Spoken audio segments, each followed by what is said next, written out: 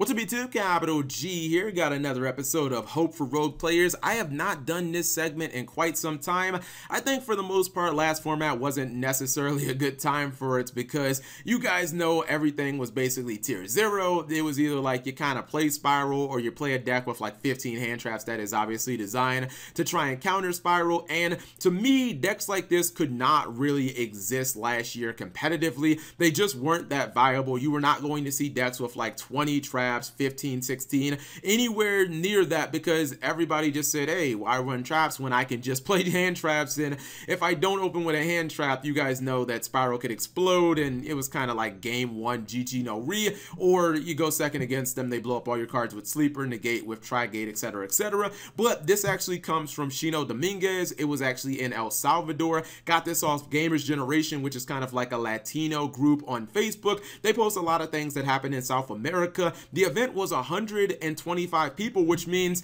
that should be 7 rounds of Swiss off the top of my head. And if it's a 7-round regional, that means you have to go either 7-0, 5-1 and 2, or 6-1 to actually top. And 6-1, even 5-1 and 2, or definitely 7-0 is fucking hard. And this is from this format. This is not like, you know, a Yu-Gi-Oh deck profile from like 2015 or something like that. And honestly, this kind of speaks volumes about the type of format we have, and a type or really like the type of cards and the type of decks that you can use in this format. Number one, I think that this confirms what I've been saying for a very long time, at least really since we first saw the ban list. The fact that traps are kind of back, and you can use trap cards and you can use them effectively. You see right here, not only did he run 20 traps in the main deck, which is a freaking ton. I mean, my Ultra guys from like YCS Atlanta, I think I ran 18 traps in the main deck and it felt like a lot, but this guy's running more than that. And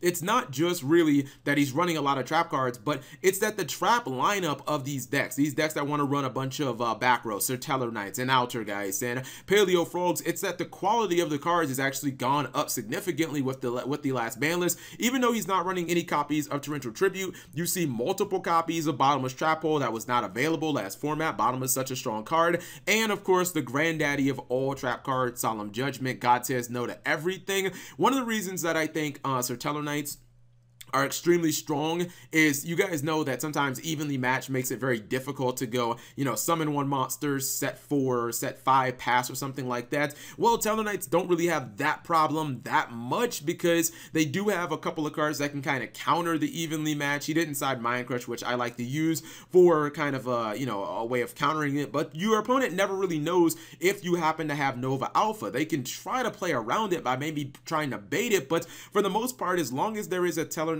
on your field, Nova is a possibility if you happen to have back row cards. And in every deck, all of these back row decks obviously got Solemn Judgment, which can kind of answer it. And I think that there is maybe a misconception in the Yu-Gi-Oh community that Satellarknights have been power creep because people don't play them. Satellarknights, in my opinion, have 100% not been power creeped. And this, I'm not saying that because of this guy actually making top 8 out of regionals. I'm saying that because if you really look at them and you compare them to the other Duos Alliance decks, they still do what they want to do, and they still do it just as effectively as they did before. Yeah, one copy of Rhoda definitely hurts your ability to, you know, always open with something like Deneb. And even if there are more hand traps that there weren't then, you know, cards like Ash Blossom that can shut your plays down a little easier. Ash Blossom can shut down Deneb. Ash Blossom can shut down a turn 1 Unu. There's no Maxi, which actually used to hurt Satellarknights a lot. And even more important than that, even if you do get ogred, which I don't think anyone would ogre a Deneb, that would be kind of stupid unless they really wanted to, I guess, kind of shut down the Nova plays. But even if you do get ashed, it's not that big of a deal. Number one, because your alpha is still live. Number two, like with Satellarknights, you have so many Call of the Haunted potentially, and so many cards to bring back your Deneb from your graveyard. Not only Monster Reborn, which makes Unu even better, but Soul Charge, you have Call of the Haunted, and of course you have Oasis of the Dragon Soul. So this guy's running 6 copies of cards that can bring his monsters back immediately. So it's really difficult right now, in my opinion, to kind of take Satellarknights out of, like, to take their engine away from them. Like, even if you go second with Satellarknights and you summon Deneb into a Solemn Strike, who's to say I don't just, you know, have a Call of the Haunted or an Oasis of the Dragon Souls? I just flip it over and get right back into my engine, and I think I'm pretty much where I want to be. And really, you're seeing that these trap decks are pretty good, because I was talking about this on my live stream. Pendulum Editions, to me, like when you go first with these decks, it kind of feels like a free win. They don't play any spell and trap removal. They have basically no ways. Like if you have, let's say you go Deneb, Search, Altair, and you set Nova, I don't know, Solemn Warning, Heavy Dust Storm, and Fiendish Chain. Like they have no way of playing around any of the cards. Like they just have to summon into them, lose monsters, and they don't have any like ways of actually disrupting your back row. So it's like they just have to play through everything. They're walking through this field of landmines, and they're just stepping all over on them, or they're stepping on every single one of them and just losing cards. And for the most part, it becomes very easy to outgrind your opponent when they're summoning Electromite with 2 monsters. You bottomless it, and then it's like, well shit, 2 of your cards are scaled, so those are dead. Basically, I'm going to win during the next turn. But you see, like, not only so many good disruptive trap cards, but Anti-Spell Fragrance, really good against the meta right now, even if you don't run into Pendulum Editions. If you happen to run against Trick Stars, ABC, basically those decks that run field spells, Invoked would be another one. All right, well, you can't activate Invocation turn 1. What the fuck does your deck do? Nothing. You know, if you can't activate Light Stage or ABC Hanger, what are you playing then at that point? Like, I mean, Trick Star maybe, but like Anti-Spell Fragrance can be really good against those field spell decks, because if nothing else, you shut down the field spell for a turn. We already know, Satellarknights have never really needed to run a high spell count to be successful for the most part, because they live and die based off their Call of the Haunted and being able to get their effects off and going into Trevor and whatnot. And even anti-spell doesn't hurt them on that front. I used to do this against Necroz.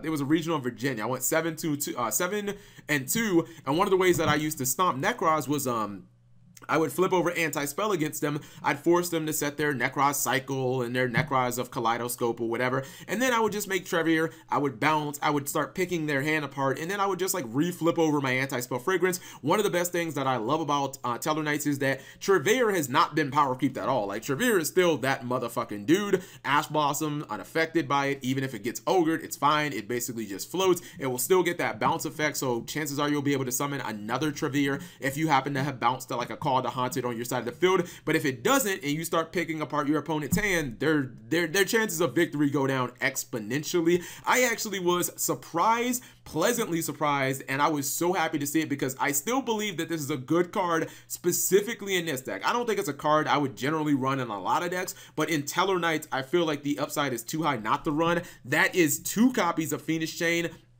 That's the exact number I would run to. I would not run 1 copy because I feel like you wouldn't see it enough. 2 copies is like that happy medium. And I mean, basically, like if you Electromite a Candina, you're happy. Like you'll take that all day. If you Electromite, or excuse you, Electromite, if you Fiendish Chain an Electromite, you'll take that all day. If you Fiendish Chain an Alistair, you'll take that. Like there are so many good targets, but at the same time, it's another card that actually works really well with Trevier, because if you bounce it to your hand, you get another amazing defensive card. Chances are you're going to take something out of your opponent's hand. So I think Fiendish Chain is not like super amazing, not nearly what it was during Zexal, but I think in Satellarknights specifically, especially when a lot of the monsters in this deck have really low attack, 1500, 1700, 1000 off Vega is 1000, 1200, excuse me, 1200 for Vega. I feel like it actually works really well in this deck. Another card I feel like is a hidden gem, I've been talking about it a bunch, is Heavy Storm Duster. I run a bunch of them in my Ultrageist. Not only is it obviously a card that can crack full pendulum skills, but at the same time, it's a card that can actually, against the field spell decks, you just take it as a 1-for-1 against Union Hang or against Light Stage, and it gives these kind of like these back row decks that don't really have like OTK potential, it gives them a way of getting like a really nice power play during their opponent's turn. Like, oh, you want to try, maybe you're trying to beat me at my own game with traps. All right, well, I can just blow you out, because most of those decks don't run it. They kind of have to run like combo pieces and whatnot. I also think that one of the reasons Satellarknights are so good is that the rank 4 pool really hasn't gotten weak at all. You know, cards like Trevier, Deltaros are still extremely strong, but the rank 4 pool has actually gotten better because of, you know, cards like number 41, which you can just use that to kind of stall out the game.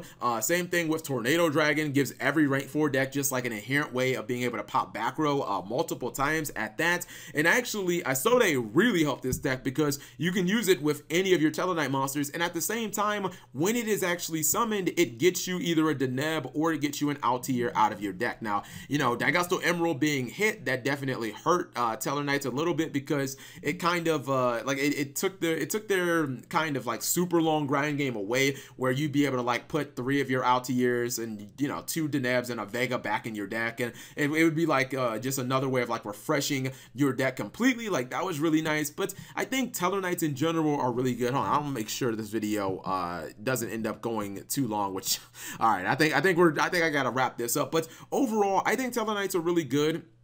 I think hand traps aren't really all that effective against it, specifically because if their opening play does get Ash, you still can fall back on Nova, and you can still fall back on your Call of the Haunted to get you back in your deck. And one of the things I liked is this guy had Ash, and he just decided not to run it. He says, I'm not going to be bogged down by hand traps. I'm just going to focus more around actual like purple traps, because those are the things that generally can stop attacks. And, you know, a card like Call of the Haunted is a defensive card and an offensive card at the same time, potentially. I think I don't know about the effect Veiler. I played it at Atlanta in my Ultra guys. It's good against ABC, and it's good against, or excuse me, it's good against Trickstar potentially, and like Invoked, but some matchups like ABC and Draco, it can be kind of dead against. But in general, I think that a lot of these back row decks get shit on by Draco anyways. I think that's going to just be a hard matchup anytime you play against Draco. So I think that this kind of proved that not only are back row decks ones that can definitely compete, but even something like Satellarknights, like if you can find an archetype that can kind of wall up and use just its monster lineup effectively, I think it can actually be quite viable. And I think it really helps with Satellarknights, specifically the fact that they have an Infernity barrier that doesn't matter what your opponent does, like Nova can basically stop it. So whatever you guys think, leave it in the comment section below. I will have the deck actually in the description in case any of you guys want to download it and just mess around. Thank you guys for watching. As always, subscribe if you have not already. Turn on that notification bell for daily videos.